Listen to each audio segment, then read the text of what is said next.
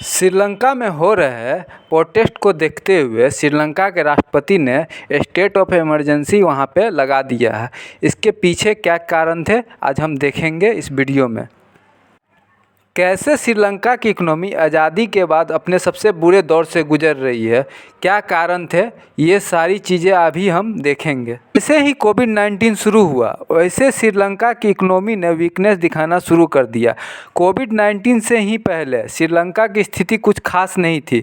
बहुत सारा डेब्ट होने के कारण ऑलरेडी श्रीलंका की इकोनॉमी में कोविड से पहले ही सुस्ती थी, मगर कोविड आने के बाद तो इस देश की हालत और भी ख़राब हो गई। फिर कोविड ख़त्म हुआ, श्रीलंका को उम्मीद थी कि फिर उनके यहाँ टूरिस्ट लौटेंगे, जो इनकम जनरेट होता है उनसे वो आप कर सकेंगे। जैसा आप सभी जानते हैं 2019 में ईस्टर के दिन वहाँ पे आतंकवादी हमला हुआ था, जिसके बाद से उस देश में टूरिस्ट की वैसे ही भारी कमी पड़ गई थी। ये सब होने के बाद अचानक वर्ल्ड में एक बहुत ही बड़ी क्राइसिस आ जाती है। रसिया जैसे ही यूक्रेन पे हमला करता है वैसे ही पूरी दुनिया में क्रूड ऑयल के दाम अचानक से बढ़ जाते हैं और श्रीलंका के फॉरेन रिजर्व में इतने पैसे होते नहीं हैं कि वो अपने क्रूड ऑयल परचेज कर सके। इंडिया ने इसी को देखते हुए $500 मिलियन के क्रूड ऑयल की सप्लाई श्रीलंका को दी है, जो कि अभी नाकाफ़ी है। अब हम पूरे श्रीलंका के इकोनॉमी डाउनफॉल की टाइमलाइन को समझते हैं। श्रीलंका की इकोनॉमी आज के समय $84 बिलियन की है, जो 2009 में $42 बिलियन की थी, मगर जीडीपी ग्रोथ रेट 2011 के बाद से ही लगातार इस देश की गिर रही है। कोविड-19 लॉकडाउन ने इस देश को इनफॉर्मल सेक्टर को बहुत बुरी तरीके से तबाह किया है। कंट्री के फॉरेन रिजर्व में 70% से घट करके मात्र $2.31 बिलियन रह गए हैं, जिसके कारण ये अपने ज़रूरत का सामान तक नहीं खरीद पा रहे, जैसे कि खाना, तेल, कपड़े खरीद पा रहे हैं। इस देश का इनकम का की सोर्स था टूरिज्म, जिससे इस देश को बहुत से फॉरेन एक्सचेंज मिलते थे, जो कोविड-19 के बाद बुरी तरीके से प्रभावित हुआ है। श्रीलंका रेमिटेंसेस के माध्यम से भी बहुत ज़्यादा कमाता था, जो लगातार ही गिर रही है। इस इकोनॉमिक क्राइसिस के पीछे यहाँ के सरकार की खराब पॉलिसी भी रही है। आइए हम जानते हैं क्या पॉलिसी थी जो श्रीलंका को एक डूबता हुआ इकोनॉमी आज के समय बना दिया है। राजपक्षे गवर्नमेंट ने दिसंबर 2019 में वैट को 15% से घटा करके 8% पे कर दिया। इसके कारण सरकार को मिलने वाला इनडायरेक्ट टैक्स में भारी गिरावट देखने को मिली है। श्रीलंका ने बहुत से कर्ज ले रखा है बहुत से देशों से और बॉन्ड के माध्यम से। इस साल डेब्ट को रिपे के लिए $4 बिलियन देने पड़ेंगे, मगर इस देश के फॉरेन रिजर्व की बात करें तो फरवरी में इस देश के पास बस 2.31 बिलियन थे, जो अभी भी इससे कम हो जाएंगे।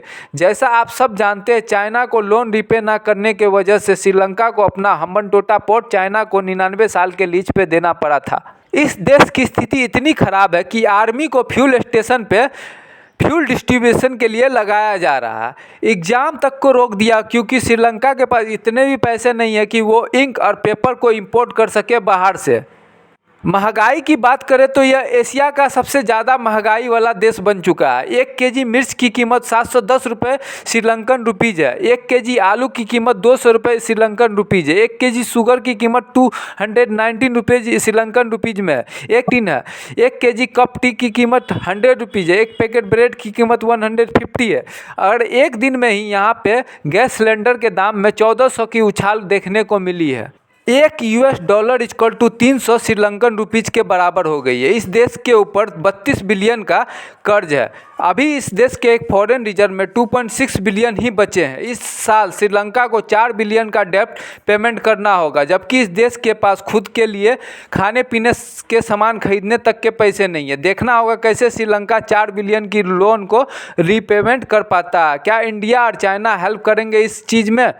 तेल की कमी के कारण 10-10 घंटे दिन में पावर कट किया जा रहा है। इससे पहले 7 घंटे के लिए हुआ करता था, मगर ऐसा ही चलता रहा था पूरा का पूरा दिन भी लाइन कट सकता है।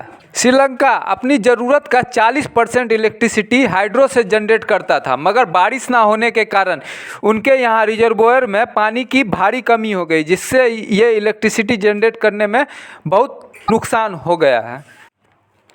पेट्रोल पंप पे लोग लड़ रहे हैं अपनी ज़रूरत के पेट्रोल डीजल के लिए, भारत कैसे हेल्प कर रहा है श्रीलंका की?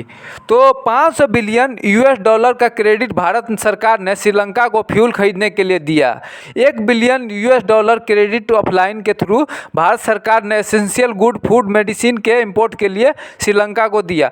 श्रीलंका की स्थिति इतनी ख़राब हो गई है कि लोग इस आइलैंड देश को छोड़ करके भारत भाग रहे हैं। ऐसा ही हुआ तो यह इंडिया के लिए भी एक चिंता का सबक होगा। भारत के ट्रेडर्स ने 40,000 टन ऑफ राइस भी श्रीलंका को भेजे हैं। इसके बाद 6,000 मैट्रिक टन फ्यूल्स भी सरकार ने श्रीलंका को दिया है, जिससे वहाँ के पावर शॉर्टेज में थोड़ी सी कमी मिले। तो देखना होगा श्रीलंका का यह क्राइसिस कब ख़त्म होता है।